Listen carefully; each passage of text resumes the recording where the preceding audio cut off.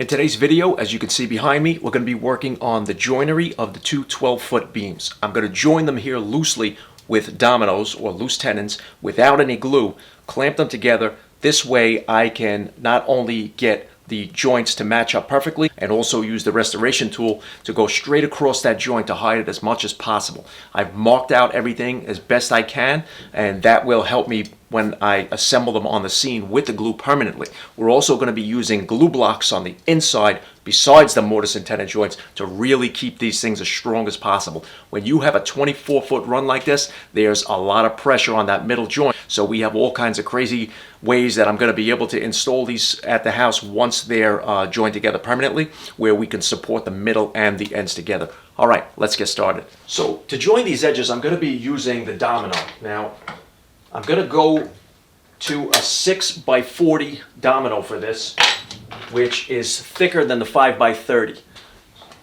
I'll try to get it as clear as possible there, but so it's 6 millimeters in thickness and it's 40 millimeters in length. And what that does is not only gives me a thicker tenon into the wood face-to-face grain, but also it's going to give me a little bit more length inside the joint. And then after those mortise and tenons are cut and installed, for the final assembly at the job site, I'm going to glue on and screw these to each piece, binding the two permanently together with the glue to hold it in place with the dominoes as well. I'm just going to switch the bit real quick to the 6x40. Right now I have a 5 millimeter cutter head on there, so I'm just going to spin that off and throw on this 6 millimeter bit. And that just threads on by hand. This is basically almost like changing a router bit. It's just a little quicker because everything's exposed to you.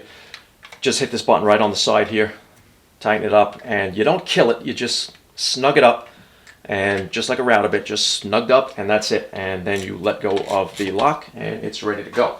I need to take a minute or two to talk about today's sponsor. When you're doing precision work like this, custom work, you need good measuring tools. I've been offered a ton of tools over the years, but I turned down a lot of them because I only really want to put into this channel things that I use that will be useful and that actually work.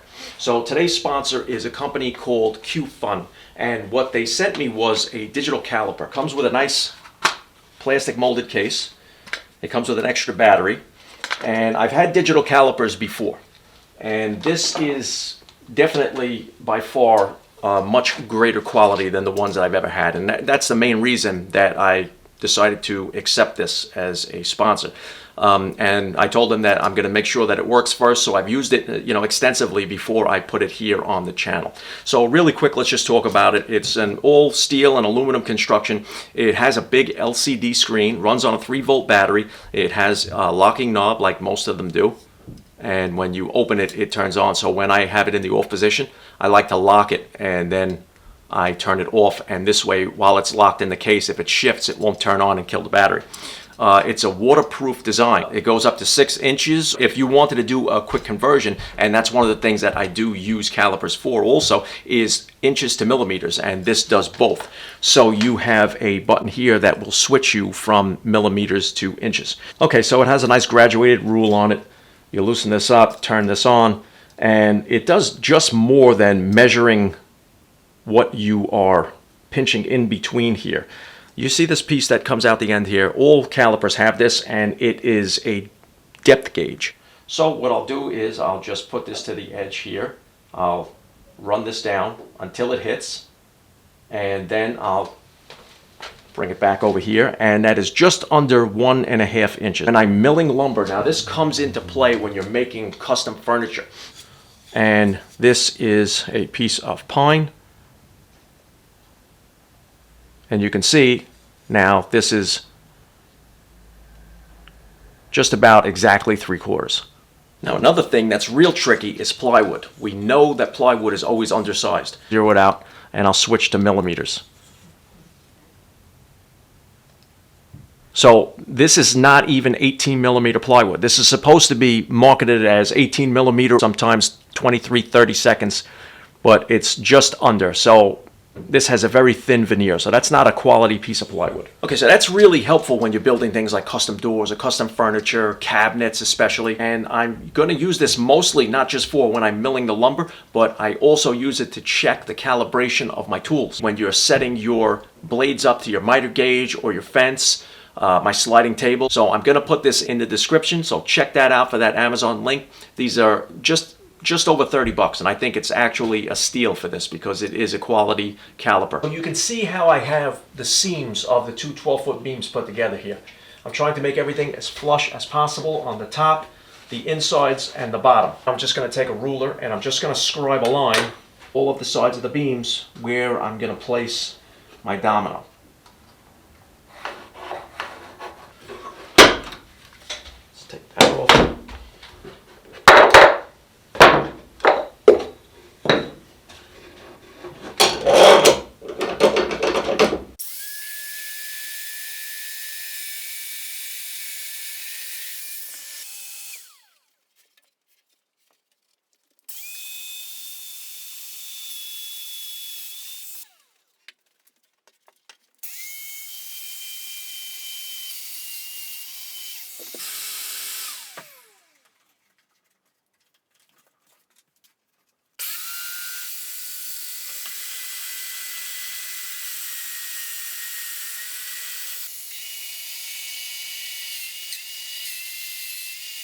Okay, so just so you get an idea how difficult this is, you can see now some of it is actually out of the camera frame. There's probably 2 feet that you're not even seeing.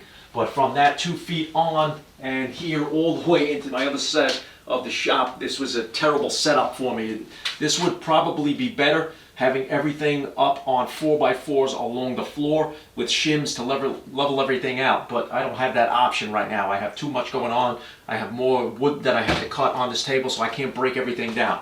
So I had to go into the other half of the shop and lay this out. So now I'm going to get you in a little bit closer. I have the dominoes cut, the mortises cut on both sides and the dominoes installed in the mortises. We're going to just join them together, doing a dry fit, see how everything comes together, and then we're going to just run the machine over it to kind of get it perfect. Okay, so like I mentioned, this is a really difficult setup. I haven't dry fit the pieces together yet, so I'm going to do that right now with you seeing that as it happens. So this is in real time. I have not joined these together yet. I just put the dominoes in like you've seen before, cut the mortises. So now what I'm going to do is, I remember when I dry fit them together without the mortise and tenons, I had to use shims to keep everything level because the bench has a belly in it over here, it's dipped over there, everything's all messed up.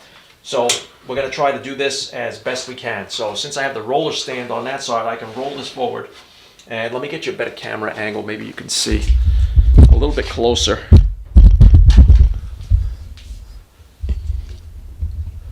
Tilt you down a little bit. Now I'm not expecting this, there we go. I'm not expecting this to be absolutely perfect right out of the gate because none of these boards are perfect. They're twisted, they're warped, but these dominoes will help align everything so I can get it close enough and have the strength that I need when it is glued together, and then the glue blocks will take care of the rest of that on the job site when it's glued together. So right now I just want to dry fit it and make sure everything goes together smoothly. Okay, not bad at all. It's actually pretty good.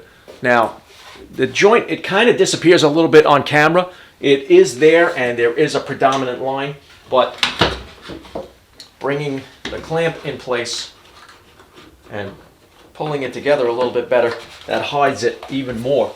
But what we want to do is take the restoration tool and pass that sander over it and blend them together, and then the wire wheel. And then later on when I do the hand hewing part, I'm going to be hitting this all with an axe, so I am going to take some chunks out of this also with the axe before I separate it. This way when I put it back together, everything is going to be perfect. And I can also blend this right here. I don't even have to worry about this because the dominoes, because I use the loose setting, you see how I'm able to level that out and flush it up? That's just up a little bit because the table is not level, and that's why I had the shims here. So now you can see that's perfect. Once the glue block goes on the inside, both pieces will be mated together with glue and screws, and that will hold the joint from separating over time, even though the glue itself will do a good job, plus the mortise and tenon, that's just extra security. Now we're getting ready to hit it with the restoration tool with the sander drum on there. Kind of the way I finish these edges here, I'm gonna dig in a little bit and we're gonna make this all flush and look like it blends right in. I felt it was easier to turn it on its side to do this, just because having it right side up, the bottom, I'm unable to finish it because the tool will hit the bench. So I think each time that I do a side, I'm gonna flip it to the other side, continue on that side, flip it again, continue on that side until it's completely done, then flip it all back, and then we'll see how it looks.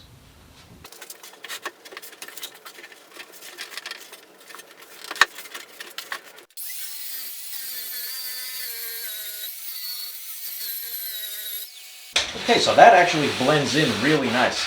Now, one thing I'm going to be sure that I'm going to do is to, when I put the stain on, to stain the inside of this joint, the face of the board, because I don't want any of the pine to telegraph through as I join it together, even though this will be all completely sealed up once it's together and glued, and I can do a little bit of the stain touch up with a little bit of wood filler.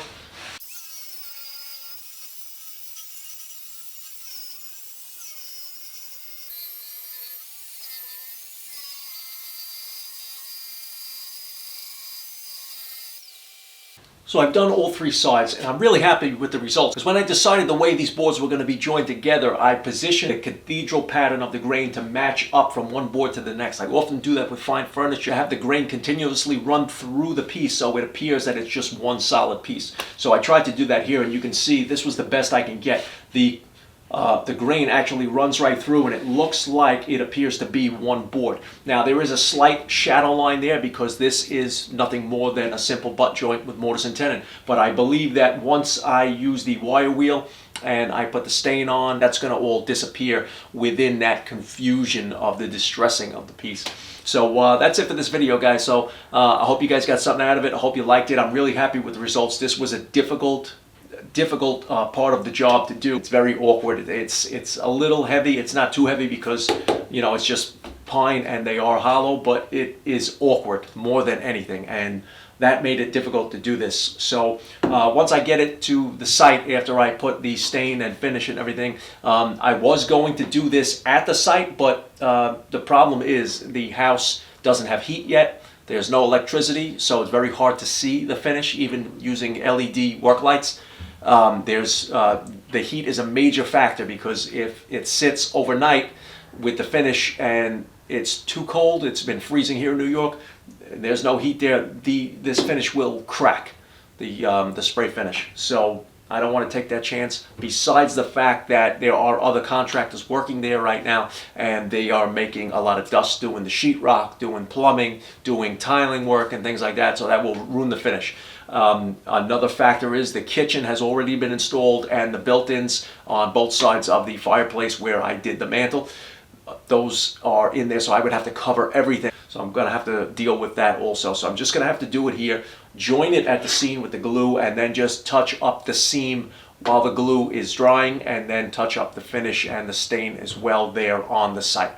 But no big deal, that's what happens. So, all right guys, I hope you got something out of it. Don't forget to check the description box for all the tools. There'll be links there to the Amazon store where you can purchase those tools. And don't forget to hit the subscribe button. And if you guys like the video, give it a thumbs up. And I will see you next time. We're going to work on the stain, the finish, all the distressing techniques. And then we're going to go and try to get these things installed. All right, guys, I'll see you next time. Thanks for joining me.